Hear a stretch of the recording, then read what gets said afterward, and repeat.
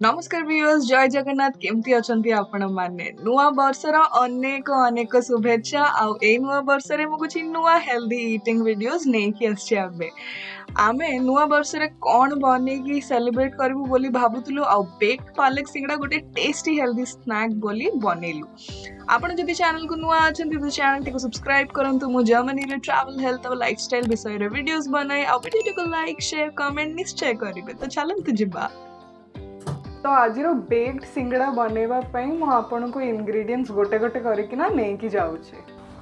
First हमको दरकार किछिटा boiled आलू एटा होची पियाज लंका धनिया अदा आउ हल्का लेंबू आमे जेहेतु पालंग वाला सिंगड़ा बनाऊछु सेति एटा मु किछिटा पालंग आनिथिले मार्केट रु आ हमर एटी फ्रोजन मिले आपनकर जदि फ्रेश अच्छी आपण फ्रेश भी यूज कर परिबे एटा को मते मेल्ट करियार अछि मसला आपन को हिसाब रे आमे टिके नगो जुआणी लेंबू धनिया जीरा पंचफुटण आलूटा को कसिबा पई आउ तेजपत्र आउ लंका जतला अगेन आलू कसा हबो आउ जीराटा हमर से कसा रे पकेबा पई यूज हबो एटा होची अटा आमे अटारे बनाऊँ कारण आमे एटा टिके हेल्दी फॉर्मेट रे बनाऊँ तो मैदा आमे बनेबुनी आउ हल्का तेल यूज हबो खाली एटा को मैश करबा तो चलंतु आरंभ करबा प्रक्रिया पालंग सिंगड़ा बनेबार तो एटा होची हम अटा आउ तादरे आमे 3 स्पून आमे पकेबो ऑयल और एटा पके सारला परे आको चकटिबार अछि और एटी मु रखितली जुआणी आम मसला सेक्शन रे तो मुझे जुआणी किछिटा पकई दूची आमको जुआणी टिके बेसी ही भल लगे मत मो हस्बैंड को तो से आम जुआणी बेसी किना पको कला जीरा किछि पकेबे और फाइनली लूण एज पर टेस्ट आपण पकई पारे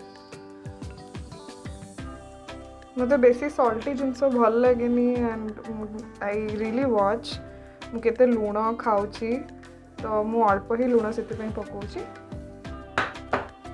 एतिकी हे सरला परे आगे आको मिसई देबे एंड देन आपण आधरे पानी ऐड करिकिना डोटा को बनेबे तो पूरा मिसी आइची ऑयल टा भी देखि परिबे आधरे मु टिके पानी ऐड करछ पानी टा अल्प अल्प ऐड करिकिना मिक्स करिवे नले डोटा बेसी पानिया हे जिवो आम सिंगड़ार खोलटा बनैबा पई अटार डो देखंतु काफी हिसाब रे रेडी हो जाइछि आ ताकू आमे टिके हल्का ओदा भी रखिबा सो दैट आमे जतले बेक करबा सेटा पोडुना आमे सिंगड़ार मसला बनैबा पई पियाज लंका धनिया पत्र छोटो छोटो करके चॉप कर दबा फ्रोजन सागो एबे एटा नॉर्मल हे डिफ्रोस्ट कर देछु आपको एबे हाथ जोड़े ताती हो आमे जस्ट हाफ स्पून ही नौचु आउ तापरे आमे पैन टी गरम करबा पैन टी गरम हे सरला परे पंचफुटण तेजपत्र सुखिला लंका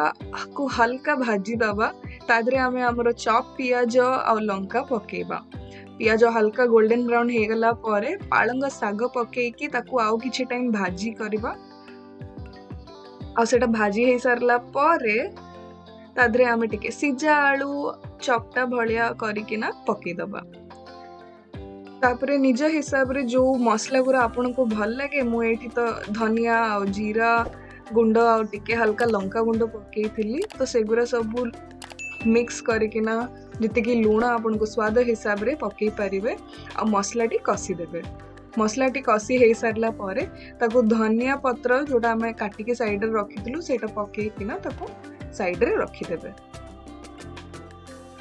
तबे डोटा आनी कि ना हमें सर्कल्स रे बेलिबा आरंभ करबो तबे गोटे सर्कल रे दीटा सिंगड़ा हमें बनै परिबा तो एते परफेक्ट सर्कल हमको ब्रूटी रे बेलिबा भलिया दरकार नै आको मजिरु दी फाळ कराबो तो एमते आपन को पकरे नाइफ थिबो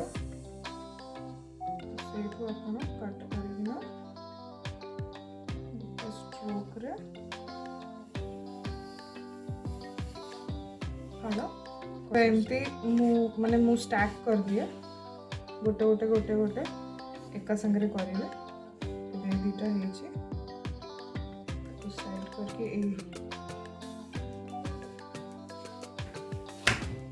साइड करके थाली में रखी दूचे गुड़ा भी बेली देबे।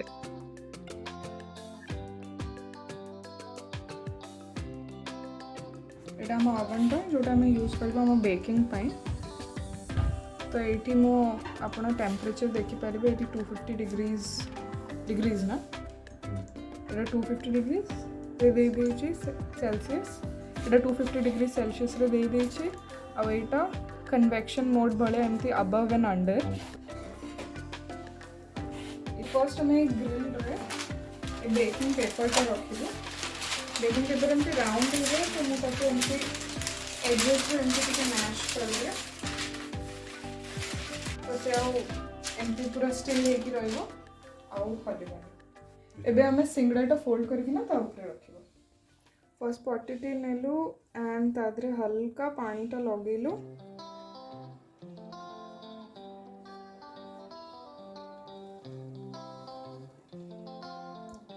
एटा एमती गोटे ट्रायंगल शेप रे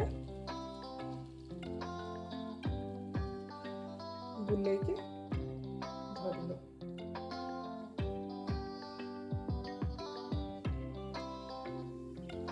देखो एमती ट्रायंगल शेप रे एटा धरलो। एबे हल्का मसला नेबो, एकदम भरी भरी की मसला देबार नहीं, जेति की अल्प हिसाब रे आपण दियंतु ताकि ऊपरटा जोटा आराम रे बंद करी हबो और फाटी बनी समोसाटा। एमती आस्ते किना क्लोज कर देबे।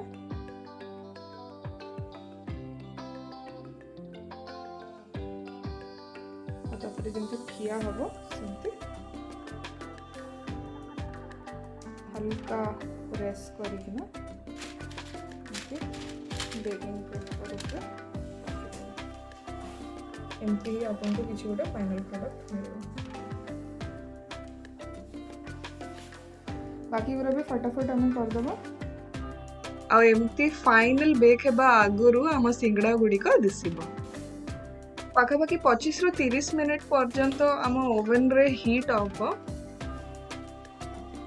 एबे को ओवन रे पुरेबा हम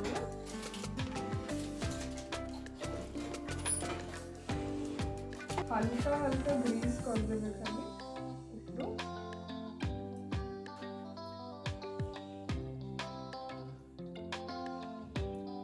नहले से पूरा सुखी जीवो और फाटी जीवो। ओवन को बंद कर दो।